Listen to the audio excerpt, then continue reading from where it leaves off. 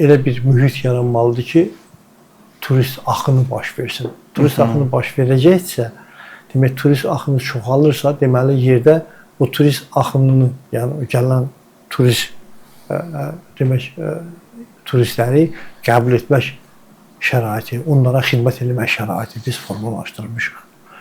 Yəni o şəraiti formalaşdırandan sonra təbii ki, turistin sayı çox olacaq. İlk növbədə mühit yaratmalıyıq. Bizim əsas hədəfimiz turistin cəlb olmalıdır. Çoxlu turist gəlsin. Cəlb edici mühit. Digərləri ondan barabar gələcək. Gəlir, ondan barabar gələcək. Turist çoxaldıqca istər-istəməz o iş adamı da görür ki, bu illər yaman çox turist gəlmişdi. Demək, onların yerləşdirmək falan çətin idi. Gələn üçün artıq yeni yerlər tikmək lazımdır, yeni yerlər yaratmaq lazımdır, yeni iaşə müəssisələri qurmaq lazımdır. Yəni hər şey turistdən asılıdır. Turist gəlsə regionlar inkişaf edəcək, turist gəlsə gəlirləri artacaq. Onu da dediyim kimi turistin gəlməsi üçün də mühiti düzəltməliyik. Mühiti düzəltməliyik. Rəqabət mühitini düzəltməliyik. Siz bir gün gələndən sonra gedib o mühitdə olandan sonra gəlməli deməsi fikir etməliyik. Mütləq ailənizlə götürün, gedin ora. Mən getdim, çox gözəldir, hər şey, qiymətlər uyğundur, otellər... Deyə bilmirik axı. Sən mənə deyirsən, mən gedəcəm və xaricdən də qonağımı gələndə çağıracam ki, gəl gələn bir yerdə gedək və dostlarıma deyəcəm, bax, belə olur da, inkişaf necə olacaq, belə olur. Amma gəlib pislədiyi yerə, sənin pislədiyi yerə mən gedən deyiləm. Turizm inkişafında vətəndaşların da rolunu unutmamaq lazımdır. Yerli əhalinin turistlərə münasibəti də, məncə, burada çox vacib və önəmlidir. Sizcə, bizdə xarici turistlərə yerli əhali münasibəti necədir? Məncə, yaxşıdır. Yaxşıdır, amma bir dənə bizim... Çünki Azərbaycan xalqı qonaqpərvər xalqdır. Gələn insanlarda biz o qonaqpərvərliyimizi göstəririk. Təbii, amma bəzən çox təəssüf ki, bəzən ictimai yaşam müəssisələrində, xüsusilə də Ərəb dünyası ölkəsindən gələn, yəni ikinci, üçüncü ölkələrdən gələn insanlara adicə, demək, adi deyək ki, Azərbaycan vətəndaşına verilən yeməyin qiymətini 2 dəfə, 3 dəfə qaldırma halları, taksi xidmətini 2-3 dəfə qaldırma halları rast gəlinibdir və bu hallar negativdir. Yəni, bunu da bizim insanlar eləyiblər də. Bunu belə şeylər eləmək olmaz. Əslində, turizmin inkişafına əngəl olan məsələlərdən biridir o. Təbii. Yəni, fürsətdən istifadə eləmək olmaz. Sən bir şiş kebabı 8 manat Azərbaycan vətəndaşına satırsan. Niyə xarici turistə 20 manata satırsan? 20 manata niyə satırsan? Yanlışdır. Bu ərəb də gedir, tərtə bunu öyrənir axı.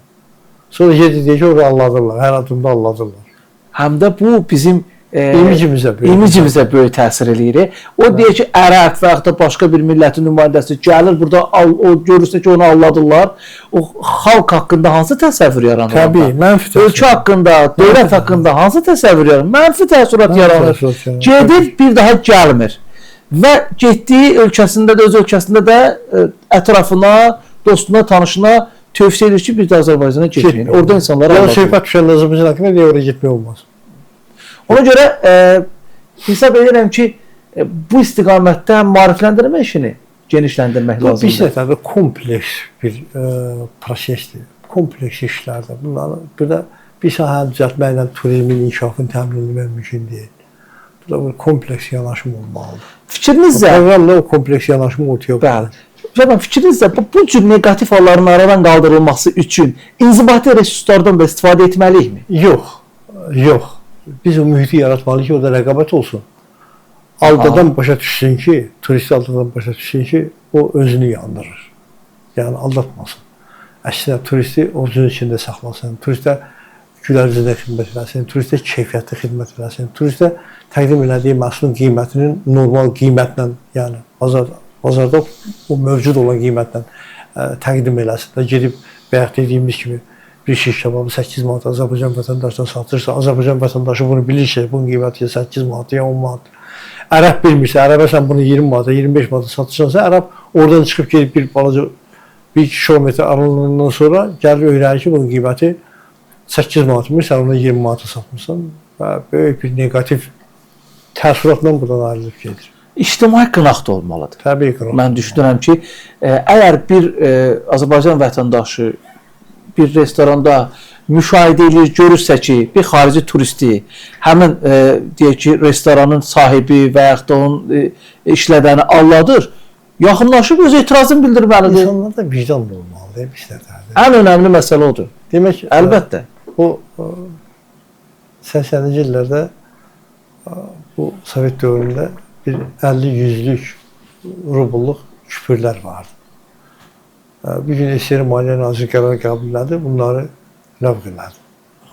Kimlərsə pul yığırlarsa, əsasən 50-100'lüklərlə yığırlar. Ən böyük pullar buna küpürlər bunlar. O dövrdə eşitdiyim bir xəbər, mən bir gün səhər yadıma düşmüşdü ki, məsələn danışırdım, məni sarsıtdı, yerimdən sarsıtdı.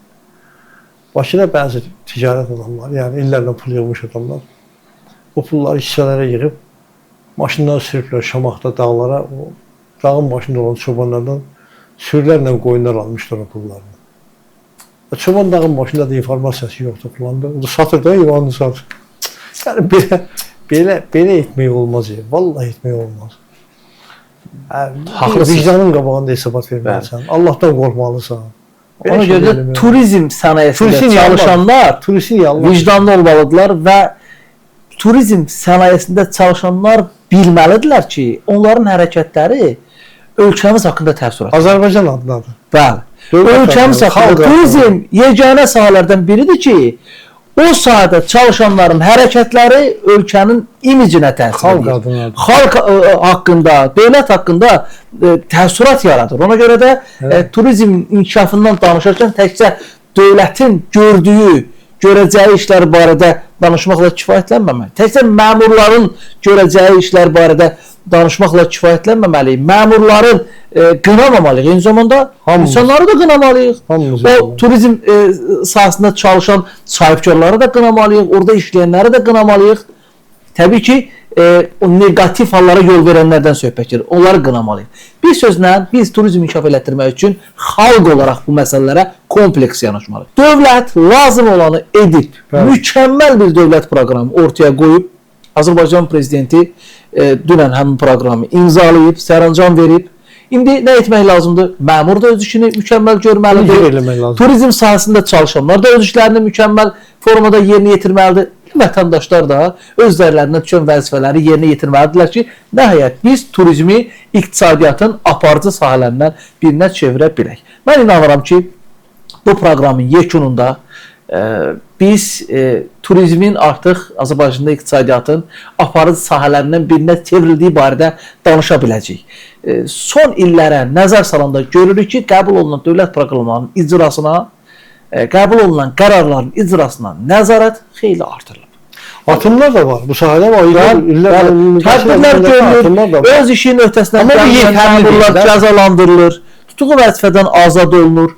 Yəni artıq o yüksək o nəzarət mexanizmi işə salınır. Burada ictimai nəzarəti də biz qeyd etməliyik.